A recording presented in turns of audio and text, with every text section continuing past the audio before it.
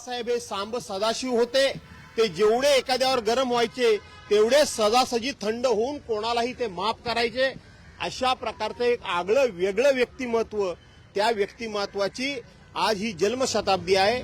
त्यामुळं तुम्हाला जे काही जर विचारायचं असेल तर हिंदू हृदय सम्राट शिवसेना प्रमुख मान्य बाळासाहेब ठाकरेंबद्दल विचारा. याच्या पलीकडे मी जाणार नाही.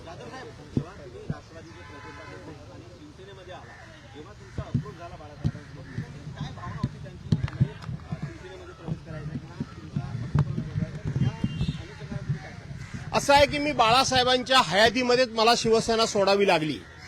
परंतु मी जेव्हा पुन्हा शिवसेनेमध्ये आलो त्यावेळेला बाळासाहेब ठाकरे हयात नव्हते, शिवसेना प्रमुख हयात नव्हते. त्यामुळे परत येतानाच्या काय भावना होत्या हे आत्ता सांगणं म्हणजे ते हयातच नव्हते. परंतु एक मात्र सांगतो की मी मंत्री झाल्यानंतर शिवसेना प्रमुखांना परमोच्च आनंद झाला होता, परमोच्च आनंद झाला होता. आणि त्यानंतर शिवसेना प्रमुख मला वरच्यावर फोन करत असत, आम्ही बोलत असू. काही त्यांनी मला कामं सांगितलेली होती, त्यांची वैयक्तिक काहीच नाही, मी एवढा काही मोठा माणूस नाही.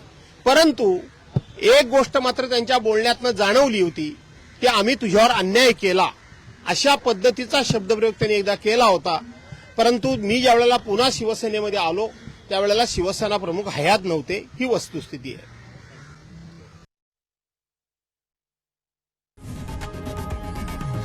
लोकशाही मराठी ऐका, पहा, जागरूक रहा.